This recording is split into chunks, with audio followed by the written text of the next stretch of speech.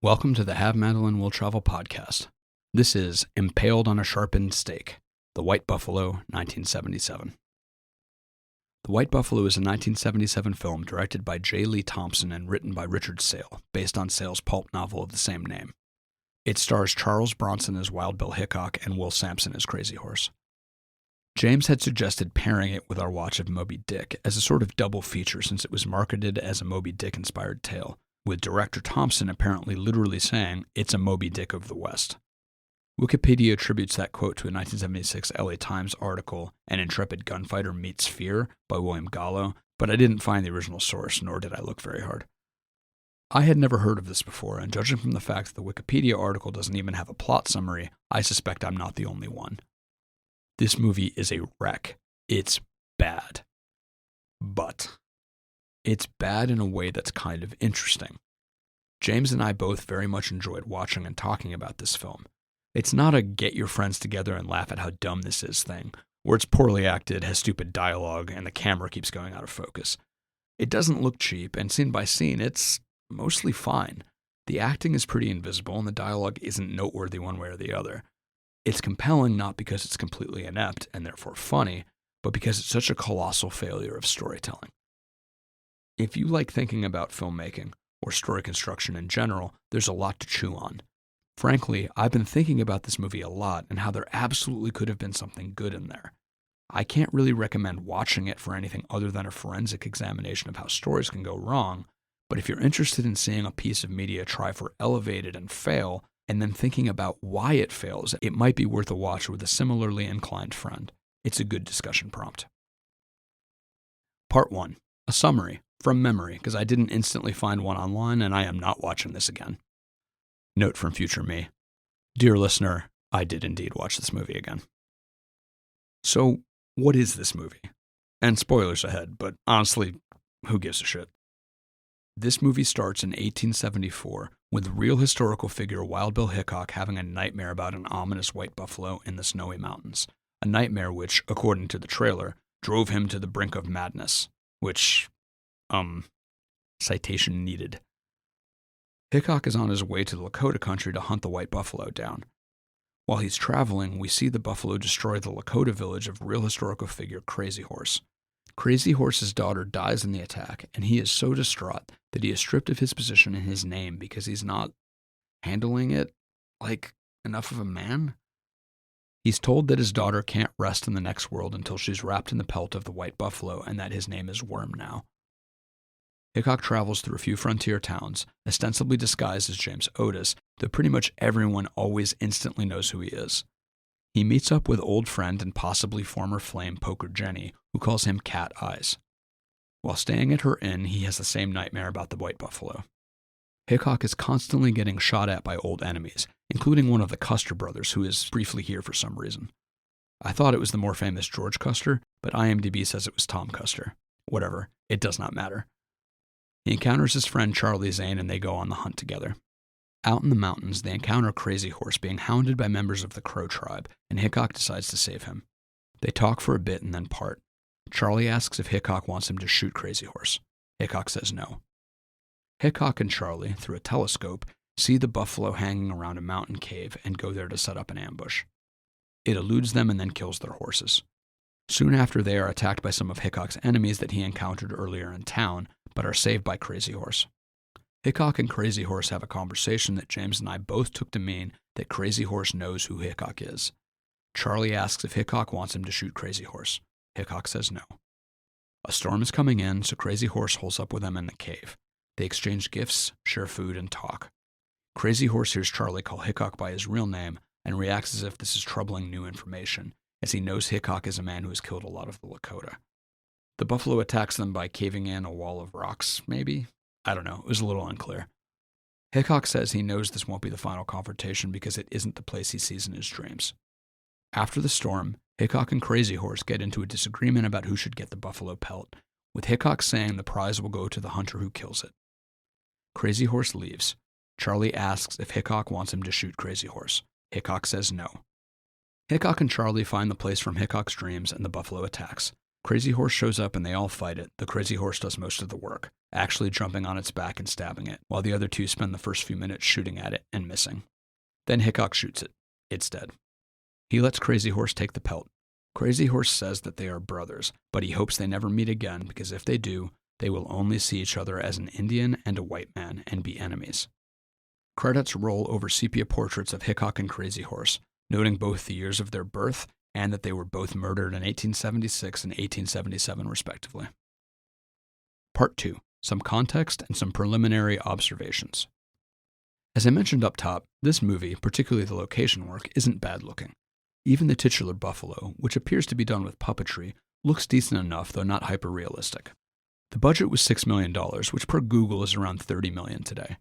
For reference, the top-grossing movies of 1977 were Star Wars and Smokey and the Bandit, with budgets of about $11 million and $4.3 million respectively.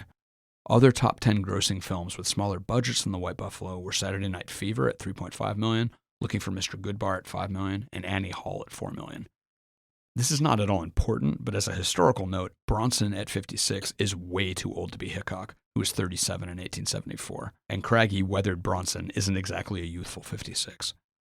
The opening of this movie, The Nightmare About the White Buffalo, is actually really good. It takes its time and establishes a really intense and moody scene, and the puppet design of the buffalo gives it a creepy unreality, an almost metaphorical feel. So let's put a pin in that. I thought the score was pretty great too. There's a couple of landscape images, a snowy mountain wall, and a black rock formation that are given particular weighty emphasis. This rather sinister opening had me hooked, but then the film cuts to Wild Bill snapping awake on the train and rather expressionlessly shooting wildly into the bunk above him. He shoots for a long time too, like empties both of his guns. James and I both laughed out loud, but I don't think it was supposed to be funny. Completely took us out of the movie. He wakes up shooting again at Poker Jenny's, just riddles the place with bullets. At least that time upon waking, he was spooked by the taxidermied white buffalo head decorating the room, but still. And it's almost played as a jump scare, but it kind of doesn't hold up to scrutiny, because it's framed both to him and the audience like he didn't know the head was there, but he absolutely would have seen it before he went to sleep. Also, since we already laughed at the first over-the-top wake-up shooting scene, having it happen a second time almost felt like a joke, like we were watching a spoof of the haunted tough guy archetype. Dewey Cox always wakes up shooting when he has a dream. We honestly weren't sure it wasn't going to happen again. And every time Wild Bill got a new traveling companion, we were saying things like, before they all go to sleep, he's going to give them a heads up this may happen, right? That sounds like basic courtesy. James, what are they doing with their hands? I said this wasn't a laugh at with your friends movie, but there's one thing that happens that is very unintentionally funny. The first 2 times Crazy Horse and Hickok talk, they also punctuate the entire conversation with these really exaggerated hand gestures, as if they're also signing to each other. It was baffling. Like, you guys are both already diegetically speaking English, and you clearly understand each other. What are you doing? And the gestures are just nothing. They absolutely wouldn't convey anything if the characters weren't also talking. It looks completely ridiculous both times. Also, the repeated thing about Wild Bill's friend Charlie constantly asking if he should kill Crazy Horse became funny by the end. Like, dude, you've been hanging out with him for 3 days. You've exchanged gifts. He's saved your lives. No, Bill does not want you to shoot him in the back. I actually think I undersold it in the plot summary. I think he does it like 5 or 6 times. We honestly didn't know if it was intended to be funny. There's so little levity in the movie that it was a little incongruous, but it's plausible it was supposed to be a joke. Some filmmaking quirks. As I said earlier, the filmmaking is mostly okay, but there's some really noticeable tics. In general, there's some really aimless camera movements, particularly zoom-ins on people for lines that are just not important or impactful.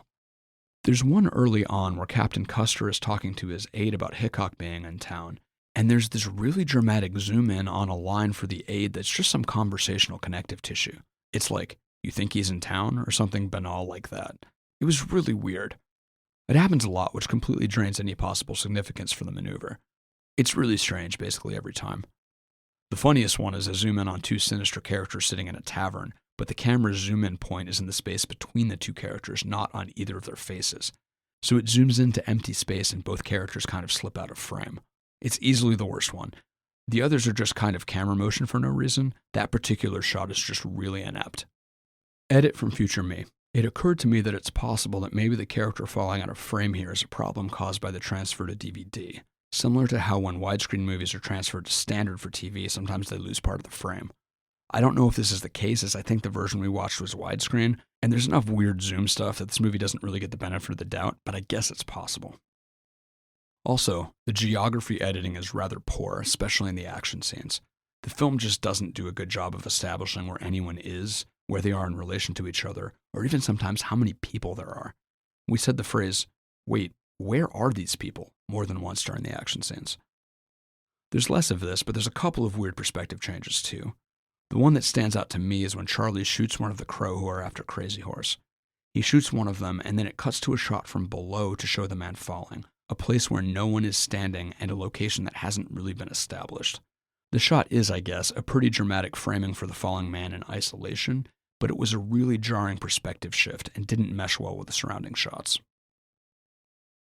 Part 3. The real problem. The screenplay. Note from future me. After reading the novel, I no longer think that the screenplay is the main problem. See my follow-up piece. The big problems in the movie are structural, and I think that comes down to the screenplay. The film is based on a story by Richard Sale, who also wrote the screenplay, and I think that fact explains some stuff. As an adaptation, this may suffer from one of the things I pointed out in my Dracula 31 piece, where it seemed like they included stuff because it was in the novel and people would expect it, without giving too much thought to whether it served the story that they were telling with their film. It's something I would expect would happen to a film adaptation of a really famous story, not some obscure Western pulp novel that, spoiler for later, apparently isn't very good. But the author wrote the screenplay, and it seems like he didn't want to kill any of his darlings.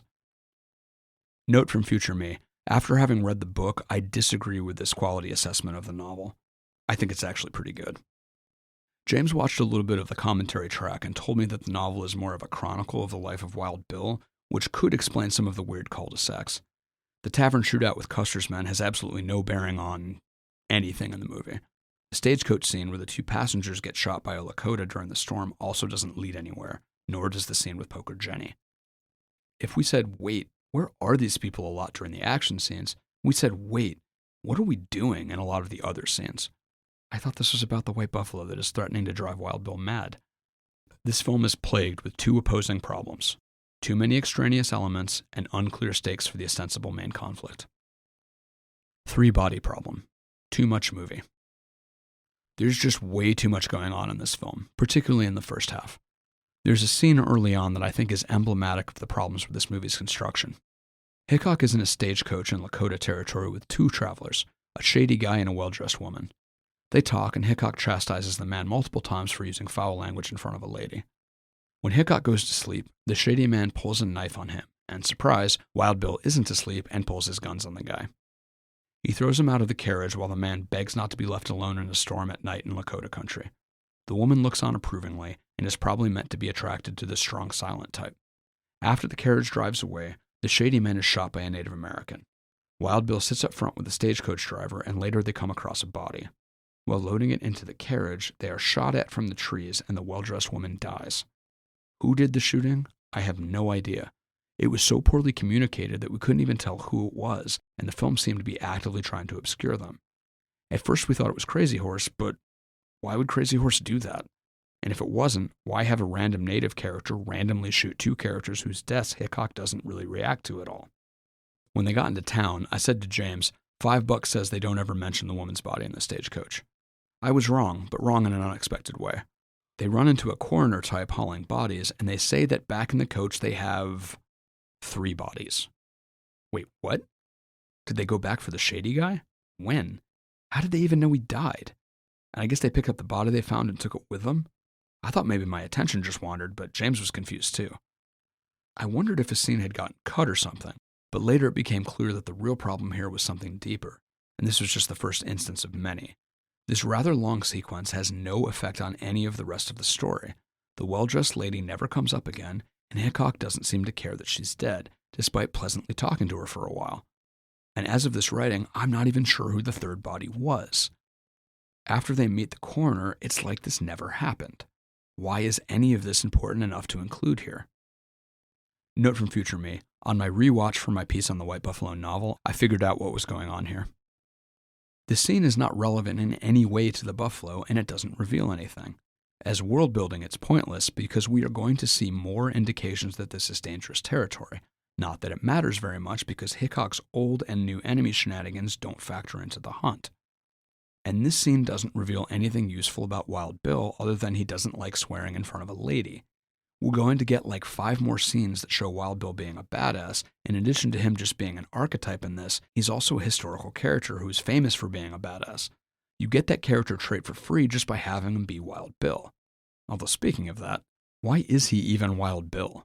It does not matter, and the whole pretending to be James Otis is an extraneous element, not in the least because everyone immediately knows who he is anyway. There's just this layer of complexity over everything to no real purpose. There's also no real reason Crazy Horse has to be Crazy Horse. The story works just as well if it's 2 guys named James Otis and Worm as it does with it being Wild Bill and Crazy Horse. Also, there's a couple of dialogue scenes between Crazy Horse and Hickok that talk about relations between the white man and the Lakota. They're fine in isolation, but again, they don't have anything to do with any of this. They feel like intrusions from a different movie. Presumably, this is all just because it's that way in the novel. Maybe the stuff is more fleshed out in the book. A 250-page book can fit a lot more than a 90-minute movie, so a skillful movie adaptation necessarily pares away the stuff that doesn't fit the chosen focus. That's probably the most concise way to sum up the issue here. The movie lacks focus. Just having a bunch of book-accurate scenes in isolation doesn't make a good movie or a good adaptation. Not enough movie. The stakes for Hickok are incredibly vague. You get basically nothing about why his dream is so troubling, or why he thinks he needs to kill this buffalo, or why he even thinks he's dreaming of a literal and particular buffalo in specific. These dreams are the inciting incident for the ostensible main story that they're trying to tell. There should be more to this. If this is supposed to be Moby Dick in the West, with Hickok as Ahab and the white buffalo as the white whale, maybe we should be, doing that kind of story. Imagine Moby Dick if Melville made Ahab into Admiral David Farragut, didn't bother characterizing him, gave no reason for his obsession, and had spent more time screwing around fighting random pirates than thinking about the whale. Crazy Horse's motivation for the hunt are way clearer, but they're also based on an event that's stupid. The buffalo rampages through his village and kills everyone, somehow setting things on fire, in a scene that is ridiculous and, according to the film commentary, not in the book. It happens early and sort of primed us to expect a sillier, rampaging animal movie like Piranha or Lake Placid. It ends up being really incongruous with the rest of the film and makes it so the 2 main characters are hunting the same buffalo by complete coincidence. And they don't really even meet because they're both hunting it. Wild Bill just kind of stumbles on Crazy Horse being harried by the crow.